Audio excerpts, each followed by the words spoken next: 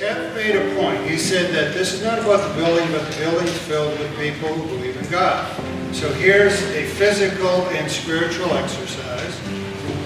If you are in that category, stand up, take a deep breath, and go, I believe in Jesus Christ, and sit down. Ready? Go. I believe in Jesus Christ. And sit down. I should have had the camera. That was beautiful. Just beautiful. So what is this guy doing with a rock up on this beautiful podium? I'm going to be really short, just so you know, because I don't have to preach. My elders already did. I'm proud of these men. They've trained and they are worth listening to, so I don't have to say much. But one compared it to one thing in an old building, the other to an outhouse. So when you live here, you may drive by and think of an outhouse or an old building that's been restored. And those things are true, but here's where I'm going. I'm going to undo them all. When you drive by, my goal is to get you to think of a pile of rocks. I would like you to think of this building as a pile of rocks. Well, why would you want to do that? Well, Mike started us out with history, so I'm going to continue with history. Although I'm not going back 100 years. I'm going to go back nearly 3,000. And I'm going to go on the other side of the world. And there were some people called the Hebrew people, which means pilgrim in ancient language. And these people, with 3,000 years ago, had finally got a land of their own. They were there for a while. They had what was considered the wisest king who ever lived, who would be King Solomon. And in King Solomon's writing, he put down everything in what we know as Ecclesiastes, is a summation of his wisdom. And even to this day, 3,000 years later, and we will turn to this chapter and we will read chapter 3 of Ecclesiastes, which is, for everything there is a time, is season for everything under heaven. And if we read through that, you'd find a whole bunch of practical things. There's a time to love. There's a time to hate. There's a time to make war. There's a time to make peace. There's a time to rend. There's a time to heal. A lot of practical things. And right in the middle of these practical things is a saying. There's a time to gather stones. There's a time to scatter them. You say, what's that doing in there? I mean, it sounds poetic, but what's it doing in there? Well, for us it may sound poetic, but here's the thing about the Middle East.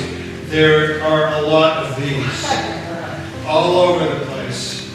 Jesus was told, right? Satan tempted him, why don't you turn one of these into a loaf of bread? Because there were so many. And because there's a lot of stones. Stones play a big part in the Hebrew culture and mentality. Stones were how you would build your house. Stones are how you built your walls and stayed alive. Stones were even the way you executed somebody by the law. A lot of reasons for the stones. But there's one reason above all other reasons. Now we've got to go back 500 more years. Moses is just passing out of the scene.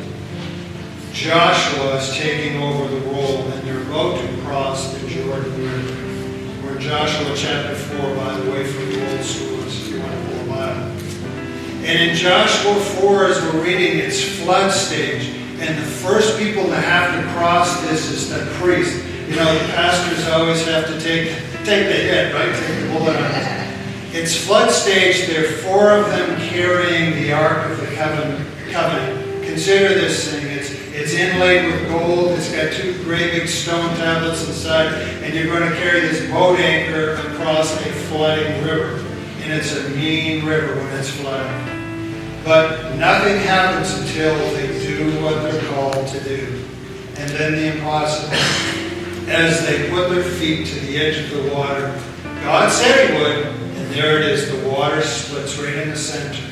Only the second and only second time, as I know of, in all of Scripture, where water is divided by God by direct intervention. And then the people cross. But the priests have to stay in the center with the covenant. And then some other lucky guys, I guess they'd be the elders, so this would have been you guys, He said, one from each tribe as you're going across. When you get dead center in that river, seeing that water being held back, I want one from each tribe to reach down, grab a good-sized boulder, put it on your shoulder, carry it to the other side. And when you get on the riverbank on the other side, 12 stones, pile them up. Make a pile of them. And it'll look distinct because 12 stones in a little pyramid in the middle of nowhere would be something people would notice. And this is why they were meant to do that. They said, when you put the stones there, tell your children when you come by later, years, generations later, and they ask you, why are there a pile of stones there? Not because people were great and that the Hebrew had its heroes, none of that. Because this is what God did and explained to them how He parted the waters so you entered the promised land. It was all about what God did when nobody else could have done it. It was miracles. Now, as people sit in here, you could be from here. You may remember something from here. You might remember like Kevin going to the outhouse and keeping the door open. Yeah, that's all right, Kevin. You'll never live that one down. You may have done something else, but we're somewhere God has done something. And hey, if God wasn't there, then that couldn't have happened. This building, if you want to talk about one thing, if it wasn't for God and working through people, some great people, not perfect people, but great people, holy people, along the way, it wouldn't be here. But the reason the building is here, for all the cleaning and restoring and everything, it is here because God said it will be here. This is our pile of stones. Many of you still live in the area. Some of you come visit folks. You drive by this building.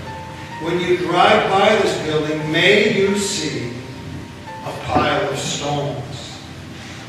And when your children ask, what's that building? And your reply is, let me tell you what the Lord has done. Because in the end, that's all that's going to matter. This place, as beautiful and as wonderful as it is, it's historic. It won't last for eternity. But the God who allowed it to be here will. And I want you to watch this, Kevin. I got the memory for it. May you see it as